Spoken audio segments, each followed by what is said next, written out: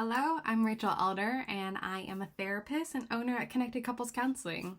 We work with couples in Washington State on a variety of relationship dynamics.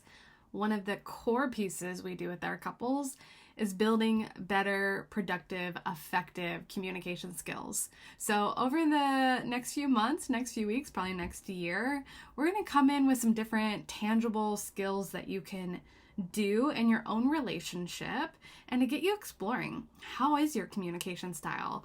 Are you an effective communicator?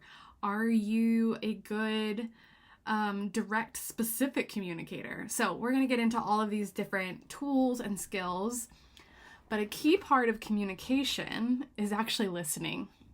So when you come to your partner or you're sitting with anyone, not only are you verbalizing what you are saying, how you feel, what you need, but you also have to be a good listener to really dialogue well. And that's the work. We want to dialogue, we don't want to monologue. So today I want to walk you through some common listening blocks and then encourage you at the end to reflect. Which of these blocks are you?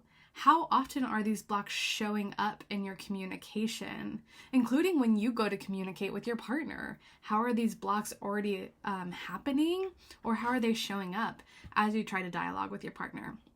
So these listening blocks, there's 1, 2, 3, 4, 5, 6, 7, 8, 9, 10 that we're going to break down today. There could be more, but this information comes from the book Couple Skills by McKay, Fanning, and Paleg. This book is probably 10, 15, 20 years old, if not more, but such a great book for like tangible skills that you can do with very good action steps. So this is just some pieces from it. It's not the whole part, but I highly recommend checking out that book. I just happened to get it from a colleague and it's been awesome. I've really enjoyed it as a couples therapist. So first block to listening is mind reading. Y'all know what this is. This is anticipating, assuming, guessing what your partner is thinking, feeling, what their response is going to be.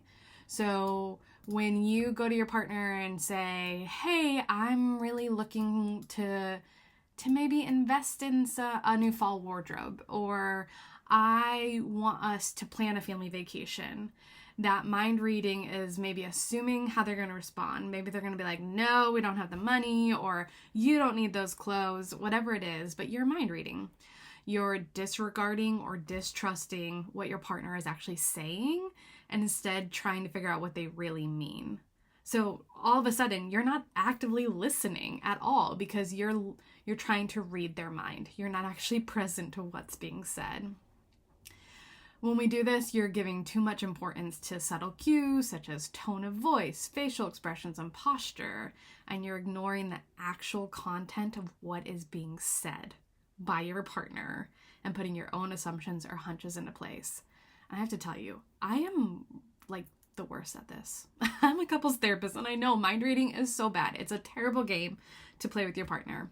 And yet, so many times, and my husband can definitely be like, yes, this is Rachel. I come into a conversation already prepared that he's going to say no. And so I come in pretty defensive. I come in trying to persuade. And sometimes he's like, yeah, go do that. But in my head, he's already said no. And how I'm engaging with him is connected to that. Instead of actually listening to the content of he said yes. Or he's maybe curious about it, but he hasn't said no. And so this is such a common one in our relationships. So mind reading is number 1. Number 2, rehearsing. Similar to what I was just referencing, but you're too busy rehearsing what you're going to say next that you miss hearing what was said. I'm also guilty of this one. I play out conversations in my head, like if I would have said this, how would it played out? Or what would happen if so-and-so said this to me? And I rehearse in my head, like it's just what I do. Not helpful, because sometimes that rehearsing shows up in a real life moment, but it's not actually what the other person said. It's not how they were engaging or interacting with you, but that rehearsing is blocking you from connecting, from communicating well. Number 3, filtering. You're listening to some of what is being said, but not all of it. You're listening for signs your partner is angry or sad, disappointed, a negative reaction, and you tune out when you sense that your partner's okay and that you aren't expected to respond to any emotional trouble. So you're half listening, you're filtering, right? You're only looking for the negative or difficult, challenging emotions instead of for the whole spectrum, right? We can be both and. I can be sad and supportive. I can be happy and frustrated.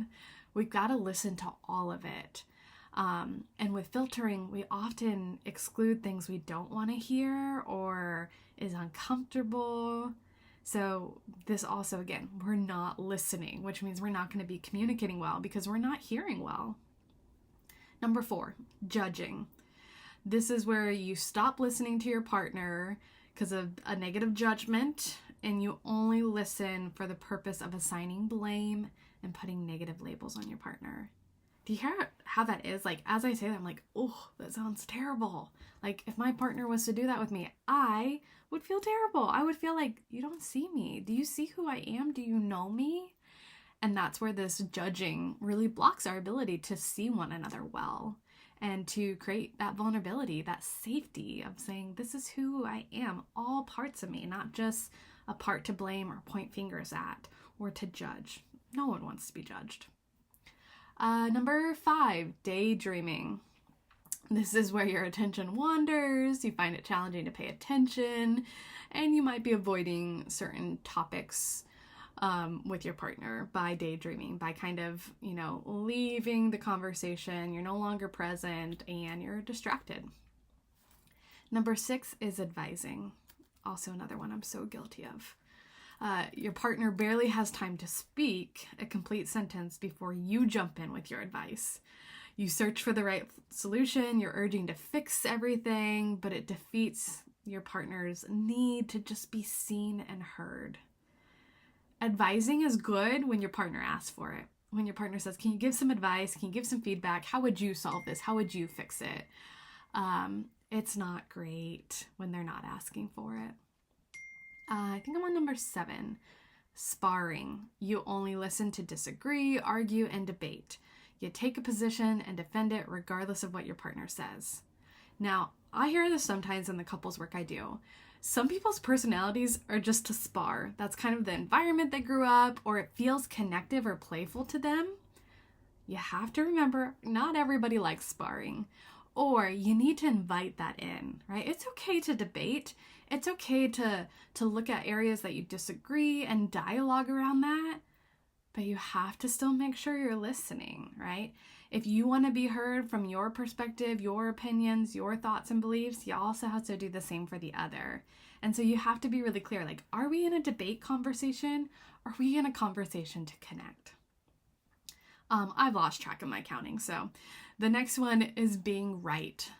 This block protects you from hearing anything that suggests you are less than perfect. So you're avoiding any suggestion that you are wrong, that, if you're doing this, if being right, what tends to happen in your actions is that you will do anything to avoid the suggestion that you are wrong. You might lie, shout, change the subject, justify, make excuses, accuse, or otherwise fight off criticism.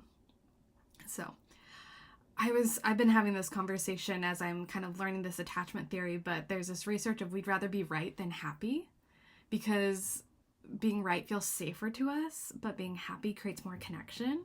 And so I think this is such a good one of, am I trying to be right? And how does being right actually help me connect to you right now? Does it? If it doesn't, then why am I doing it? How can I actually find connection? How can I actually find understanding with you? That means I have to release the ability of being right. And can I do that? Am I willing to take that risk and be vulnerable in that way? Next one is derailing. So this is where you change the subject or joke it off whenever the conversation becomes too personal or threatening. By misdirection or humor, you avoid listening to your partner's serious concerns.